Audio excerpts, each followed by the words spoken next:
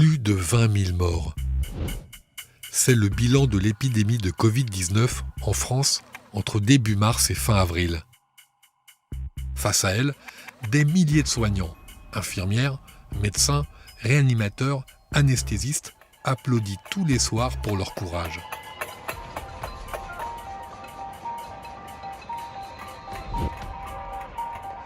Et du courage, il en a fallu. Car le coronavirus et l'épidémie de Covid-19 ont révélé des failles importantes du système de soins français. Certaines étaient connues de longue date, d'autres se sont révélées plus profondes que jamais. Si on arrive à le stabiliser, éventuellement on pourra mettre une soigne alors. D'abord, dressons le tableau. En 20 ans, la densité de lits d'hôpitaux a baissé. Comme on le voit sur ce graphique, en 2017, on en avait 6 pour 1000 habitants. Et 8 pour le même nombre d'habitants en l'an 2000. Aujourd'hui, en Allemagne, il y en a 8 pour 1000 habitants. En tout, entre 2003 et 2016, 64 000 lits ont été supprimés. La France en dispose aujourd'hui d'environ 400 000. Parallèlement à la baisse du nombre de lits, entre 2010 et 2017, la production de soins, elle, s'est accrue. De plus, le taux de sortie de l'hôpital, c'est-à-dire le nombre de personnes hospitalisées au moins une nuit, n'a pratiquement pas baissé depuis l'an 2000. L'hôpital public français reste l'un des plus sollicités de l'OCDE. Ce taux de sortie est élevé parce que les décès sont majoritairement pris en charge par l'hôpital. Mais il est sous-estimé parce qu'il ne tient pas compte des naissances à l'hôpital. Donc, moins de lits, plus d'activités hospitalières, le résultat de l'équation paraît simple. C'est le risque de manquer de personnel. On ne peut pas dire que le nombre de personnels soignants a diminué. Il a continué à augmenter. Mais il a augmenté entre 2010 et 2017 de 2% par an. Entre 2010 et 2017, les hôpitaux publics ont recruté 21 000 personnes, passant de 1 19 000 à 1 40 000 employés. Sauf que l'activité hospitalière, elle, avec la tarification à l'activité, a augmenté de 14%. D'où la crise hospitalière qui s'est cristallisée et enquistée à partir de 2018-2019. Cette crise, les infirmiers et infirmières l'ont vécue de plein fouet. Avec des salaires trop bas, en regard de la pénibilité, le métier d'infirmier a perdu de son attractivité.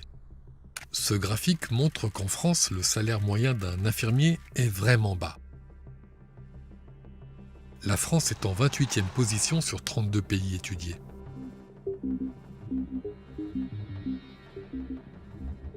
Le nombre de soignants augmente, tout comme le budget dédié à l'hôpital, mais pas suffisamment par rapport à la croissance de la demande de soins.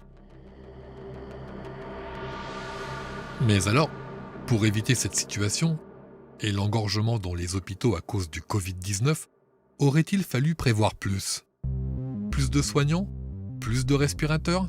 Autrement dit, aurait-il suffi de dépenser des centaines de millions d'euros pour se protéger d'un risque théorique, une pandémie, telle que celle que nous vivons ? Entretenir un système pour des probabilités de grandes crises sanitaires, c'est extrêmement coûteux et ce n'est pas forcément ce qu'il y a de plus efficient et de plus performant.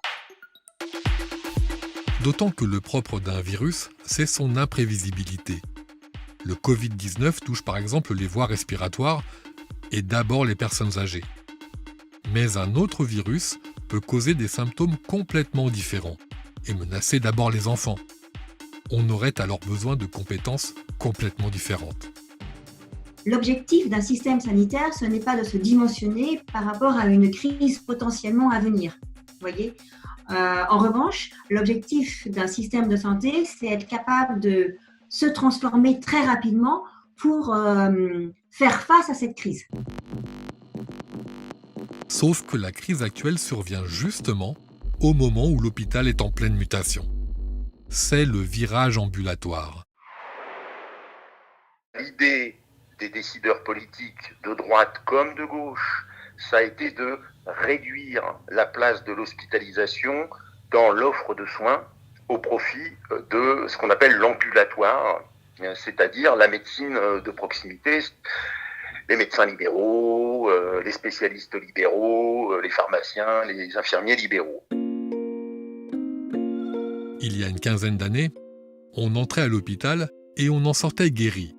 Aujourd'hui, on se rend à l'hôpital pour recevoir un soin très technique.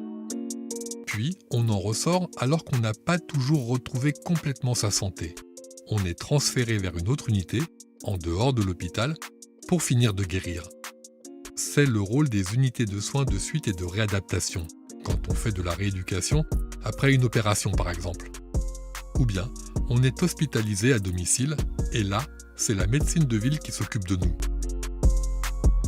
Et cette politique dite du virage ambulatoire s'est accélérée considérablement à compter des années 2008-2010, en mettant sous contrainte budgétaire croissante l'hôpital public.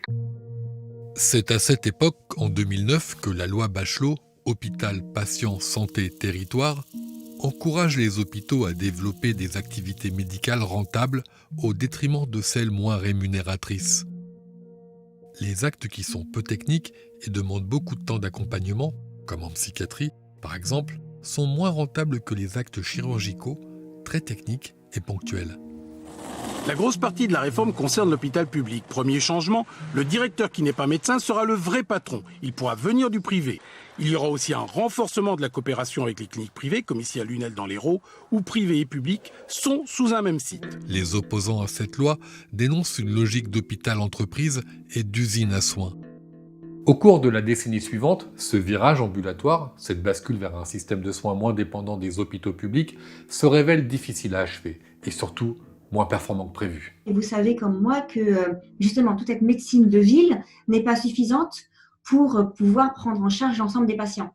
Est-ce que cette mutation s'est bien opérée? Là, la réponse est clairement non. On a de trop fortes inégalités sur le territoire et des morceaux de territoire où on a un désert médical trop important en fait pour cette mutation.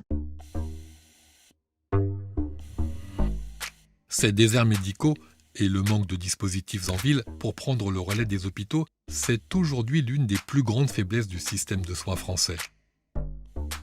Le virage ambulatoire a un peu réduit le temps passé par les patients dans les hôpitaux français, mais celui-ci reste le plus long d'Europe.